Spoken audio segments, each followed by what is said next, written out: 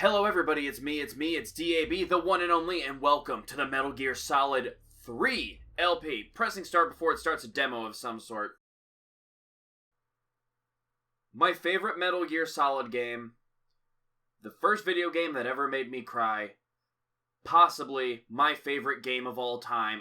Like I said, I don't know if I truly believe in having a favorite. I know I used to say it was Earthbound. This game is something special to me. And it's like, I know I just played Metal Gear Solid 2 not that long ago, and there's like, almost 10 years between me playing Metal Gear Solid 1 and 2, but I'm like, I don't want to wait. I really want to play MGS3. So let's get into that now. Okay, so you have these options. I'm playing MGS for the first time. Don't know what that does. I like Metal Gear Solid 1. You can pick that. That used to be what I picked. It slows your stamina drain when you're in the Virtuous mission. I'm pretty sure that's all it does. I like MGS 2. You get a little special cutscene at the beginning of the game. I'll explain it later. I will be doing this because, one, not only is MGS3 my favorite out of the trilogy, but you get extra camo, so that's what we're going to go with. Also allows you to start with European Extreme if you want to go for the Foxhound, which is the big boss rank of this particular game. I will be playing on normal. I have not played this game in about a decade. And the last time I played it was the 3DS version, which, by the way, ignoring the slow frame rate in the cutscenes, great version of the game. If you have the Circle Pad Pro for the 3DS. But this is already going to be a cutscene-heavy game. These first few parts are going to be a bit of a drag, so let's get going.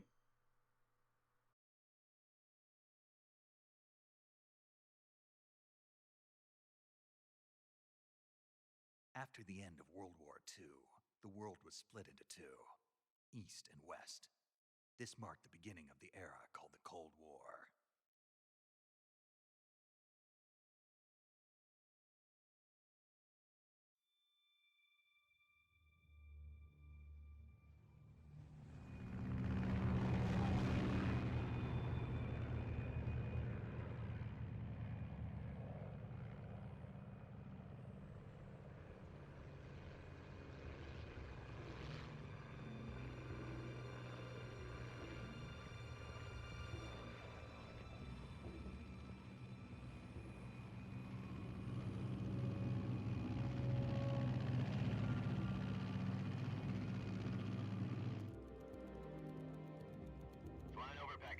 Altitude 30,000 feet.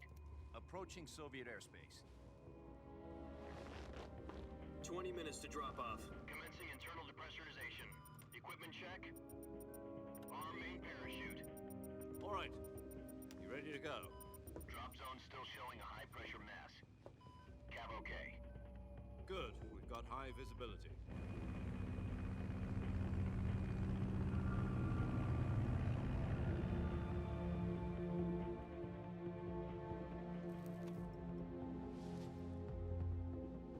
Put out that cigar.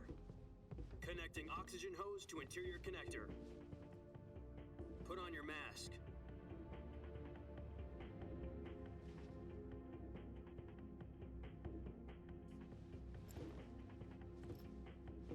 Does this panty waste know what he's doing?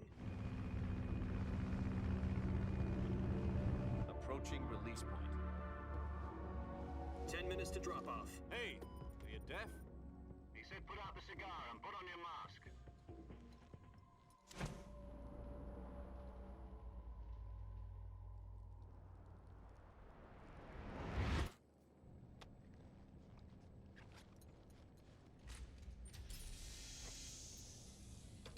Depressurization complete. Checking oxygen supply. 6 minutes to drop off. Opening rear hatch.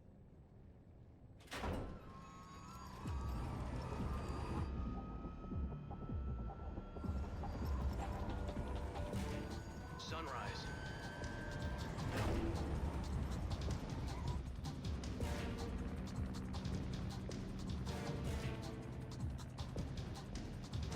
External temperature minus 46 degrees Celsius. 2 minutes to drop off. Stand up. You'll be falling at 130 miles per hour. Try not to get frostbite from the wind chill. 1 minute to drop off. Move to the rear.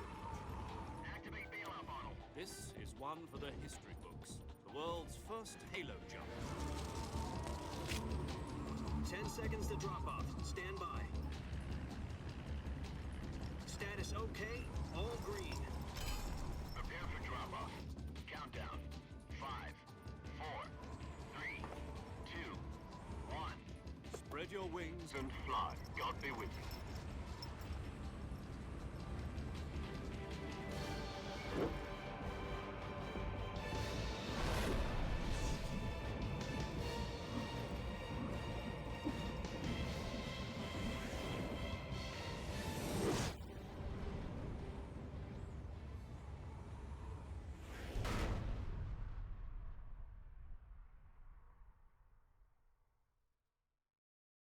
Jack, I've got some important news.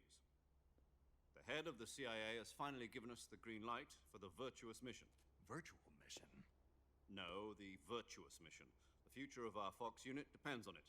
If it succeeds, we'll be officially organized into a unit. Virtuous mission? Sounds like some kind of initiation ritual. You know, don't get cocky. This isn't a training op. Right. So what exactly is this wonderful mission? Well, about 2 years ago, a certain Soviet scientist requested asylum in the West through one of our moles. His name is Nikolai Sokolov. He's head of the OKB 754 Design Bureau, one of the Soviets' top-secret weapon research facilities, and the East's foremost expert on weapons development. Sokolov? Isn't he that famous rocket scientist? The very same. On April the 12th, 1961, the Soviets achieved the first manned spaceflight in history. The Earth was blue, but there was no God. Well spoken.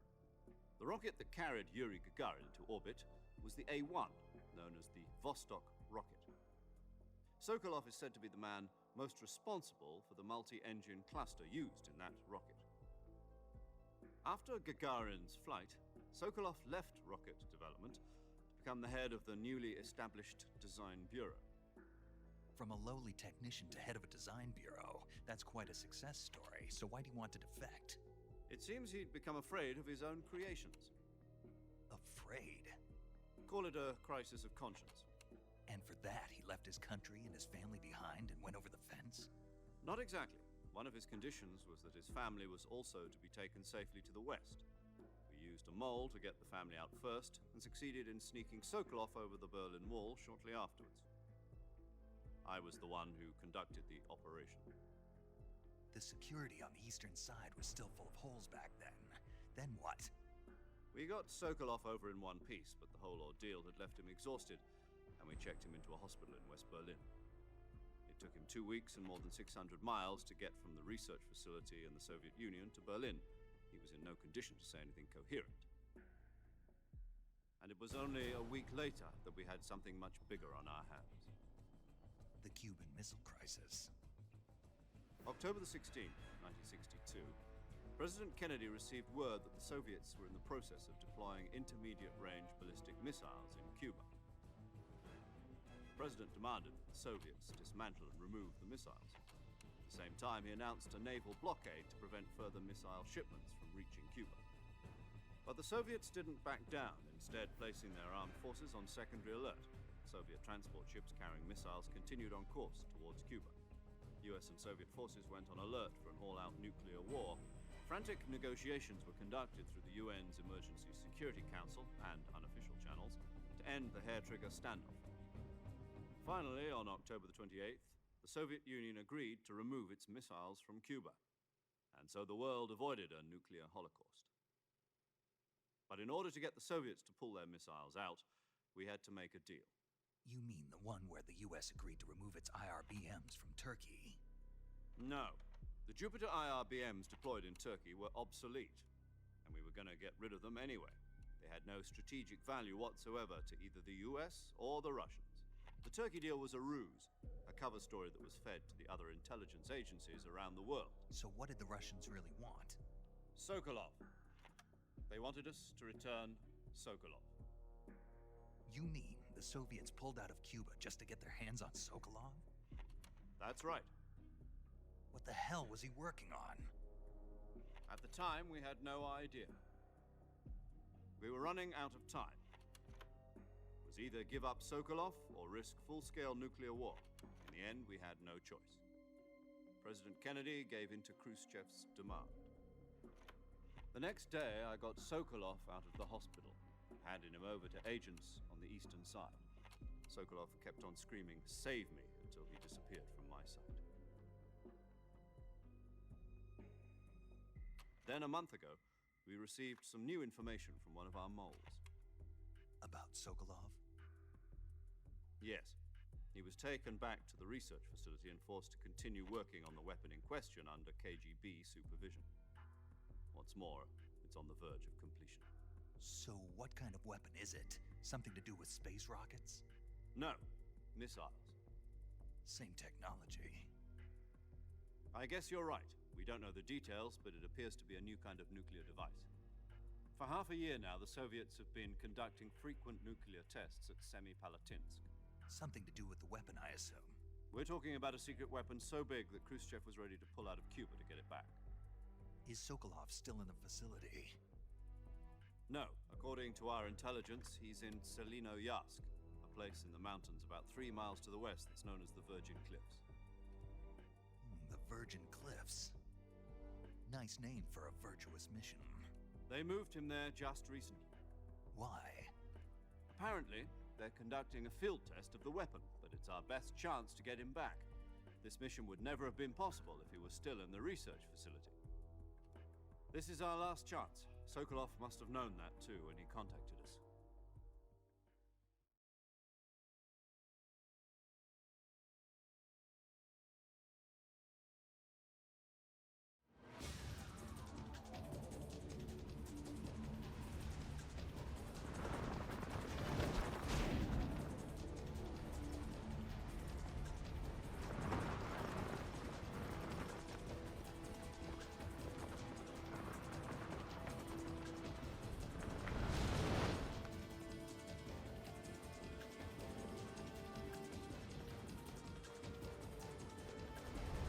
Listen up, Jack. Your mission is to infiltrate Selino-Yarsk in the Soviet mountains, ensure the safety of Sokolov, and bring him back to the West.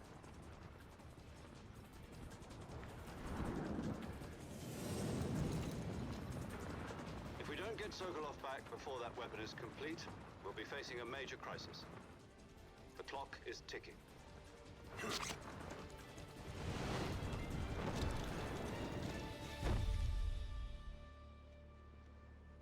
Once we've confirmed the rescue of Sokolov, stand by at the recovery point. A recovery balloon will be dropped at that point. Helium will be pumped into the balloon to inflate it. The process takes about 20 minutes. Once it's complete, the gunship's arm will latch onto the balloon and pull it up. The Fulton surface-to-air recovery system. I'm familiar with the theory. Take it easy. It's been combat-proven. Do you think Sokolov is up to it? The shock will be less than during a parachute jump, and the arm can handle up to 500 pounds. So you're planning on going over the border in a single combat talent? She's equipped with 2 6-barrel 20mm Vulcan cannons, as well as 2 40mm machine guns. Sounds like she could hold her own against a battalion of tanks. Even with the fuel in the reserve tank, we're facing a 4-hour time limit. If all goes well, it shouldn't take more than a few hours. Home in time for dinner. But if anything goes wrong, You'll be eating dinner, breakfast, and all the rest of your meals in the jungle.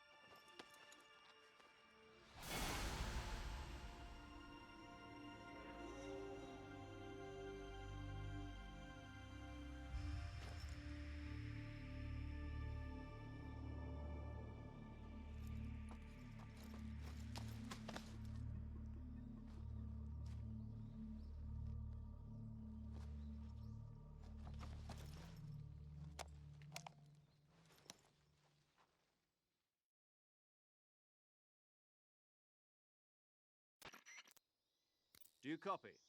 You're already in enemy territory, and somebody might be listening in. From here on out, we'll be using code names to refer to each other.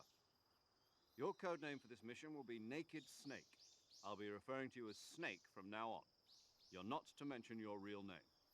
Snake? What, you don't like snakes? What do you mean? You've eaten one before, haven't you? In survival training? I'm glad to hear that. I don't know if I'd ever order one in a restaurant, but... Be careful, you might not have a choice. What about you, Major? What should I call you?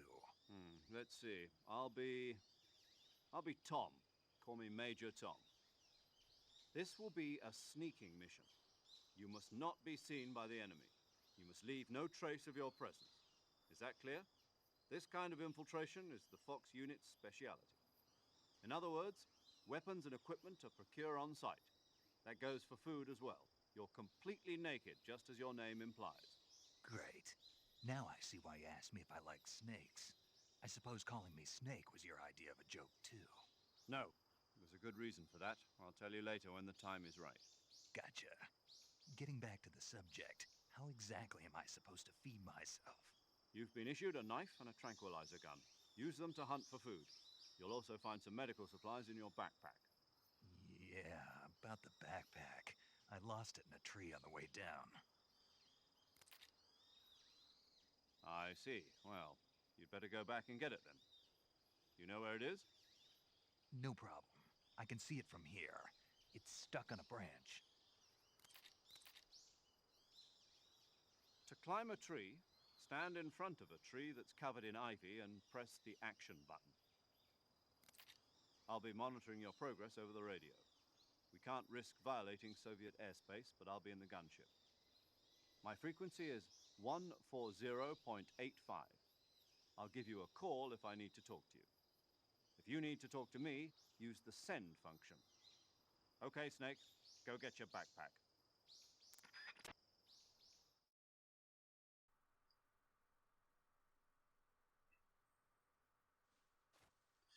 Okay, really quick while we're right here, I don't have it yet. There is a Raiden mask in this game that will be important later. I'll explain that when we get to it.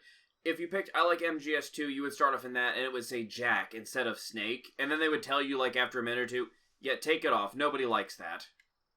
So anywho, we are in Russia. We are in the jungles, which do not exist in Russia, to the best of my knowledge. So we're going to take this path to go get our backpack. Over here, there's a life med right there. Dive off. I always wonder if you can, like, dive and get your backpack doing that. One of these days, I'll find out. Climb this tree. Center yourself really well. Teeter over it, and hit the triangle button.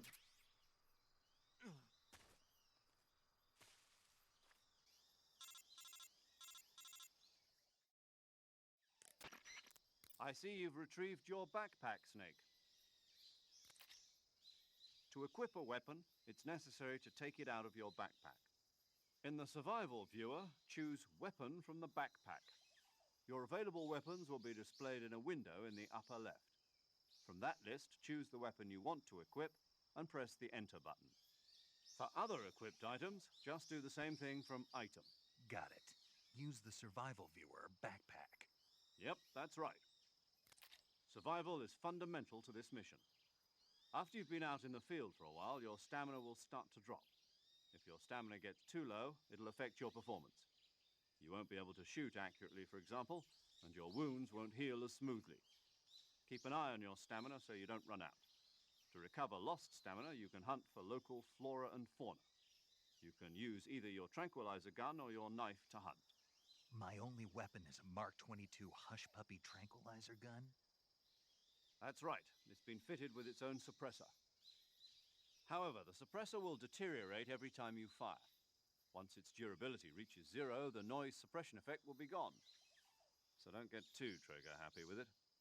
The suppressor's durability is shown in the icon. Any weapons and equipment beyond what you're carrying now, you'll have to find as you go. I have to find my own weapons and equipment? Whose crazy idea was this anyway? Solo covert actions are standard Fox operating procedure. You can't leave any traces of your presence. No weapons, equipment, footprints, sweat, or bodily waste. The same goes for bullets and cartridges, too. Your presence in enemy territory is already a violation of international conventions of warfare. There aren't supposed to be any American soldiers in Russia. It could spark an international incident. You can't let anyone see you. You can't let the enemy know you're there. This is a stealth mission. You're a ghost, Snake, in every sense of the word. And there'll be no rescue if you're captured. The military and US government will deny any involvement in the affair. Then I'll just have to take care of myself, huh? I'm afraid so. You've been given a fake death pill for that purpose. SIS guidelines stipulate that soldiers on covert ops like this one be issued a potassium cyanide capsule. Tape it to your body so you can take it when you need to. How generous of you. Use it if you're taken prisoner by the enemy. It'll send you into a state of false death for a short time. Fooling them into thinking that I'm really dead. So how do I come back to life? Just take the revival pill. You mean that thing they put in my tooth before the mission? That's the one. But be careful. If you remain in a state of false death for too long, nothing will be able to bring you back. Remember that. I'll keep it in mind. You said this was a solo mission, right? Right. I guess that means I can't count on any reinforcements. Correct. The mission rests entirely in your hands. A real one-man army. Relax. There's a support team ready to back you up over the radio. Who? I'll introduce them to you. This time, survival is of utmost importance. The first member of the support team will be in charge of monitoring your physical condition, acting as a medic, so to speak, as well as recording your mission data. She's a member of Fox as well, and she's here on the gunship with me. She? Hello, Snake. I'm paramedic. Nice to meet you. Paramedic. As in a medic who comes in by parachute. Aren't you going to tell me your real name? Are you going to tell me yours, Mr. Snake? My name, huh? It's John Doe. And they call you Jack for short. You're a regular Captain Nemo. A name means nothing on the battlefield. After a week, no one has a name. What's your name? Jane Doe. Very funny. I wasn't joking, but I'll tell you my name only if you manage to make it back alive. My frequency is 145.73. She's also in charge of recording your mission data. Whenever you want to save, send a message over the reserved save frequency, 140.96. So saving lets me record my mission data. That's right. It also records the state of your health. Good to know. There's one more person I want to introduce you to, Snake. Huh? Speaking of snakes, you remember the boss, don't you? A legendary soldier and your mentor. Actually, it was the boss that got the DCI's authorization in the first place. She's going to be serving as Fox's mission advisor. The boss is? She also helped me plan this mission. She and I were at SAS together. Jack, is that you? How many years has it been? Boss? That's right. It's me. Oh. Talk to me. Let me hear your voice. It's been 5 years, 72 days, and 18 hours.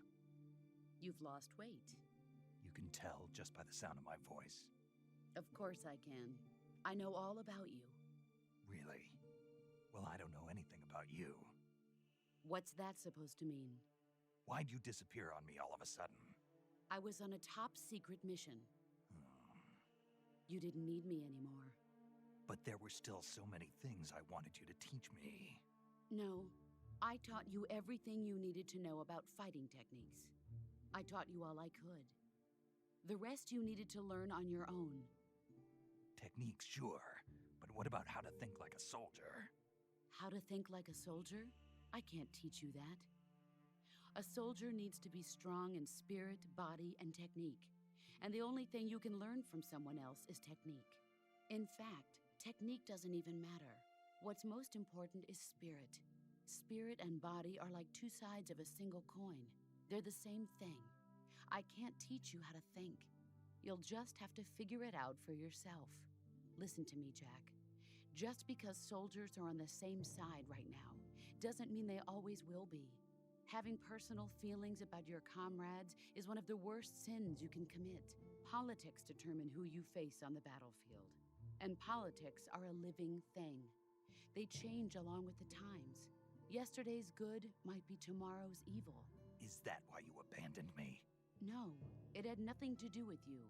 I already told you, Jack. I was on a top-secret mission. A soldier has to follow whatever orders he's given. It's not his place to question why. But you're looking for a reason to fight.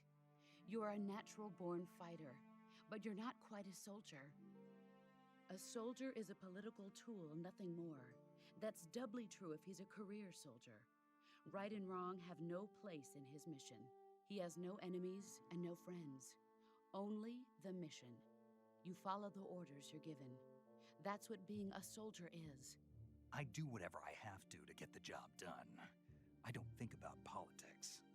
That's not the same thing. Sooner or later, your conscience is going to bother you. In the end, you have to choose whether you're going to live as a soldier or just another man with a gun.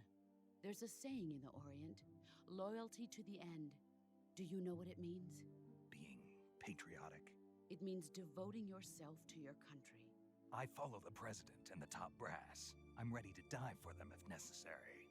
The president and the top brass won't be there forever. Once their terms are up, others will take their place. I follow the will of the leader, no matter who's in charge. People aren't the ones who dictate the missions. Then who does? The times. People's values change over time, and so do the leaders of a country. So there's no such thing as an enemy in absolute terms. The enemies we fight are only enemies in relative terms, constantly changing with the times. As long as we have loyalty to the end, there's no point in believing in anything, even in those we love. And that's the way a soldier's supposed to think? The only thing we can believe in with absolute certainty is the mission, Jack. All right, but do me a favor. What is it? Call me Snake. Snake. Oh, right. Your code name is Snake. It suits you well. That's right. The legendary unit that the boss put together during World War II was a snake. The Cobra unit, a group of heroes that brought the war to an end and saved the world. As long as you've got a legendary hero backing you up, you'll be fine. Isn't that right, Snake? Yeah, I can't think of anyone else I'd rather have with me. Oh, and one more thing, boss. Yes? It's good to hear your voice again. Same here. After all, who knows if either of us will make it out alive? Snake, you are always best at urban warfare and infiltrating buildings. But this is the jungle. Survival is going to be key. Those CQC techniques I taught you are sure to come in handy. CQC? Close quarters combat, huh? I've been in the Green Berets for the past few years. I'm probably pretty rusty. Not to worry. I'll be here to help you remember. After all, this is your first actual survival mission. I'll be supporting you over the radio. Where are you, boss? Next to the Major? The boss is communicating with us by radio from aboard a Permit-class submarine in the Arctic Ocean. My frequency is 141.80. Call me if you need my advice on battle techniques. Gotcha. Your mission is to retrieve Dr. Sokolov. Dr. Sokolov is being held in an abandoned factory located to the north of your current position. Avoid heavy combat and don't let anyone see you. Don't forget that this is a stealth mission.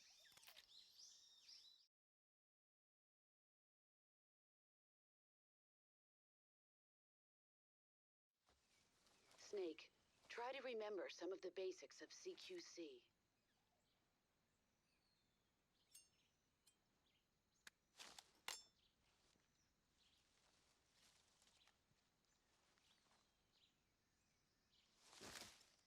Commencing Virtuous mission now.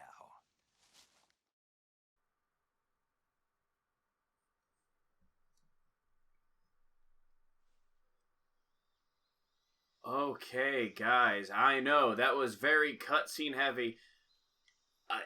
I only took control of Snake for about a minute, but that is what we're gonna call this first part. The adventure's just beginning. So thank you for watching, everybody. Until next time.